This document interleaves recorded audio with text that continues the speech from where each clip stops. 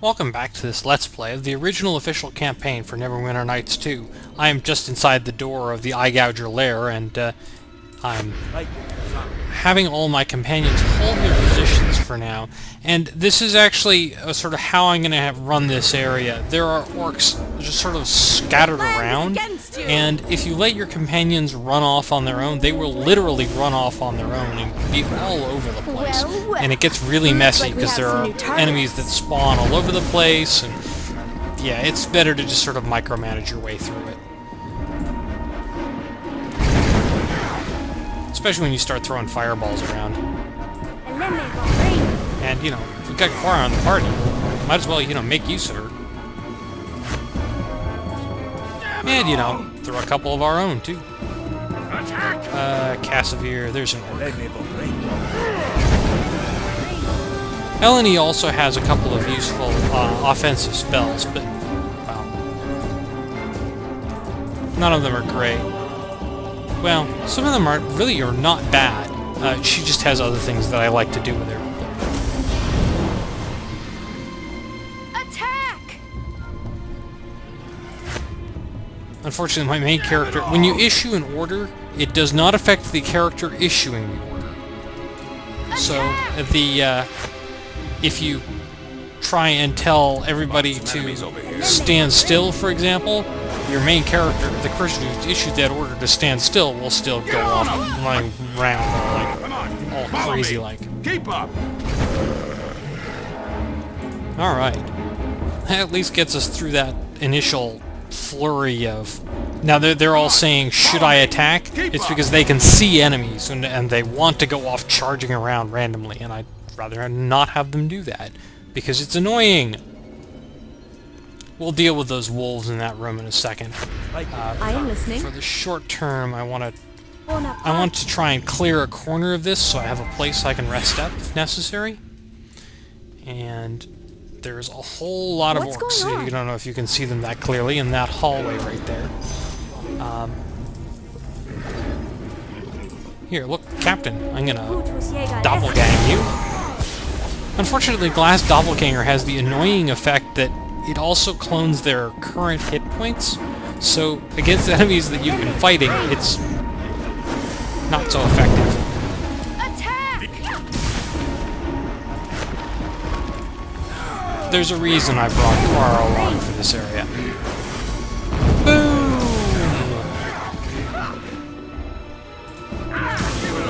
Now, in some ways, they're being smarter than I am in that they have masses of troops, but their masses of troops all have bows, so they don't kind of get in each other's way quite so much. Because we got a bit of a choke point in the doorway there.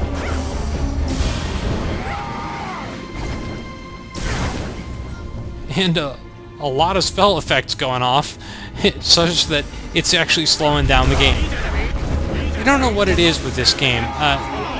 This computer can run fairly modern games. I've actually upgraded it recently, and I can run things like The Witcher 2 at full frame rates and full everything, but for some reason this game gives it serious problems. At any rate, there's a chest here in this corner. I'm going to pick it with... Well, I'm not actually going to pick it, I'm just going to cast Knock with my charm, and, you know, set off all the traps for a couple gold, and then rest up and be right back. Cleaning everything up. Just outside the door I found this Outrider's Flight, which is just basically a +2 crossbow. It has a +1 dexterity bonus. Inside you find the Nimble crossbow, which is a +1 crossbow with a +2 dexterity bonus. Because of the way dexterity works, those are actually, assuming that the other one doesn't actually round out a point of dexterity, the Nimble crossbow, both of them have +2 to attack, and Nimble crossbow just gives you +1 armor as well because of dodging. But let's go talk to the wolves here. These are big wolves. Now, if you don't have Ellen in your party, you can't talk to them. You can say you don't want to hurt them for, you know, cred with Eleni. And, you know, press them for information, but not too hard, and then just let them go and for more influence with Eleni. Now, there's a slight bug here that you can talk to them again and sort of repeat the entire conversation. You don't get the first influence, but you do get the second set of influence, so there's 5 influence with Eleni right there. Easy as pie. And let's continue exploring this place. We came in right around here, and we sort of have fought enemies around to here or so. So let's keep on exploring a bit.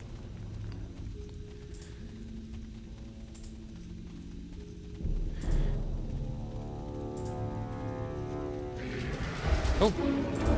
Yeah, this happens in this area where there are essentially enemies that spawn behind you. It's really kind of amusing if your party is spread out, because it's just like, yeah, they didn't sneak up on me, they just appeared out of thin air. And, yeah, casting C and Viz and all that good stuff doesn't actually help. You ain't got a chance. Alright, you guys are being annoying. It's time for a little bit of an alpha strike.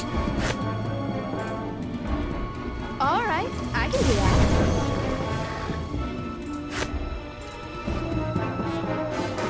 Which means, Cassavir, you do not want to charge into the area which is being bombarded with magic. No, one of them actually survived.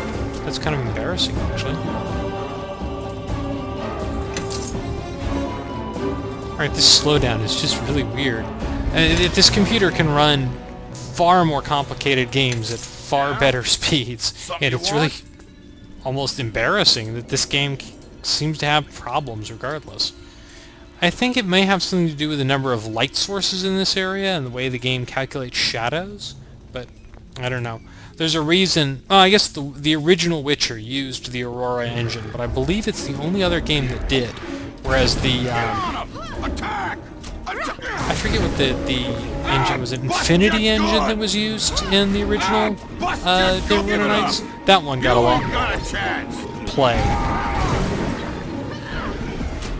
You know nothing, Again, Academy we living have cantrip casting sock.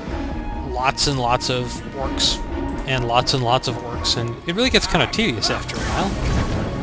But, you know, we've got big fire spells to get rid of them if necessary. Again, these tight corridors, it's almost like they were specifically trying to show off how bad pathfinding in the game was by having you fight enemies in these corridors. But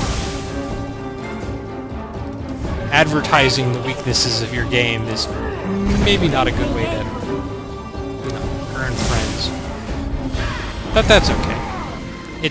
It's not cripplingly bad, it's just kind of annoying. There's another vein of ore here. Those ore veins we'll be able to make use of pretty soon. Well, maybe not pretty soon. It's in Chapter 2, and we're kind of getting towards the end of Chapter 1.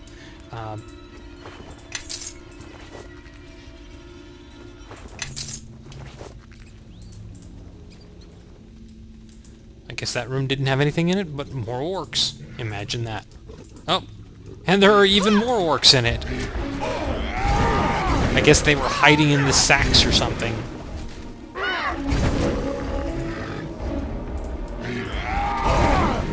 Nature.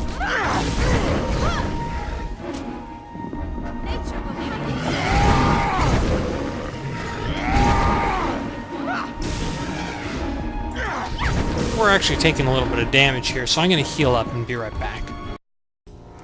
Sadly, I think we're going to have to go into multiple episodes. It's just me stomping around the orc caves, stomping orcs.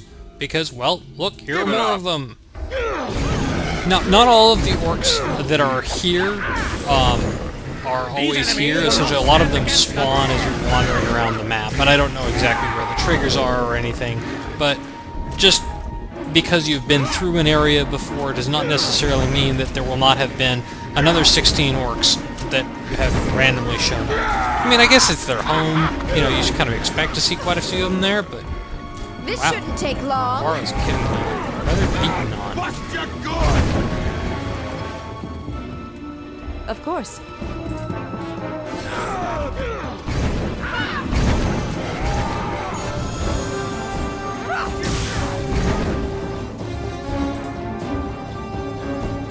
Let's try slumber again. I don't know how well it's going to work. Some of these guys are susceptible to it, but I don't believe you can coup de grace them anymore. You ain't got a chance. Hey, look, random orc. I'm gonna glass doppelgang you. No. Wow, the glass doppel. I think I cloned the wrong guy. There are a couple orcs there at full health, and that was not one of them. Eleni, you may not want to walk right there. Just that second. Yep, guys, stand back. Stand back. There we go.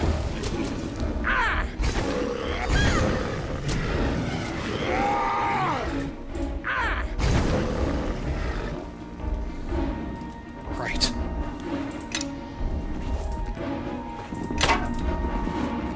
And they do occasionally drop interesting loot. Nothing great. I mean, just, you know, +1 weapons and such, but if you were avoiding all of them, which you reasonably could do, I think you could probably sneak through this area fairly effectively.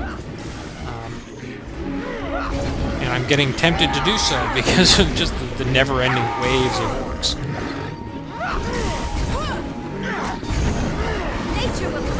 Give it up. It's getting to the point where I may start just fighting these guys off screen for the sake of, yeah, you know, we've seen this fight 16 times before. But that's okay.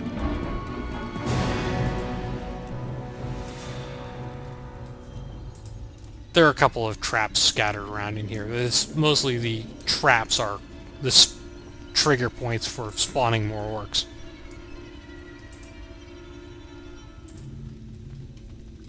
And maybe it's all those triggers that makes this area a lot laggy. I don't know. I don't know what the specifics are. Here's a chest I can knock.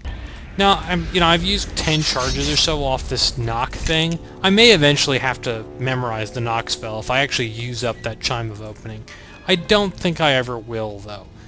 There's another one you'll find, well, that you 5-finger discount not too far into Chapter 2, so... And, even if I do have to cast a spell, it's sort of, why have an entire party member pick locks when I could just do it with one level 2 spell?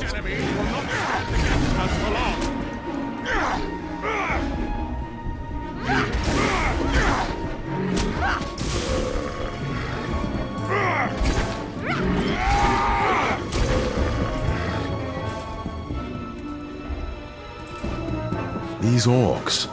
I recognize some of them from the battles we had. We allowed many of them to flee once they'd surrendered the field. These orcs are in no shape to fight. They've seen too much of battle already. The ground here is thick with their blood. And their pain. Alright, well, you can either murder them or not. Since Cassavir's a paladin, he'd probably be unhappy with us murdering them, so we'll leave them alone. These orcs are badly wounded. I doubt most of them will even survive the night. Fine by me. I just want to get out of here. Let nature take them, and let it take them in peace. Let us go. Well, and you can gain influence with a variety of companions here, depending on which one decides to speak up. But we're going to have to, since they don't pose a threat to us, and this is a good place as any to rest, I'm going to do so, and end this episode here. And next time we're going to go batter around some more orcs, and make sure these guys don't die alone.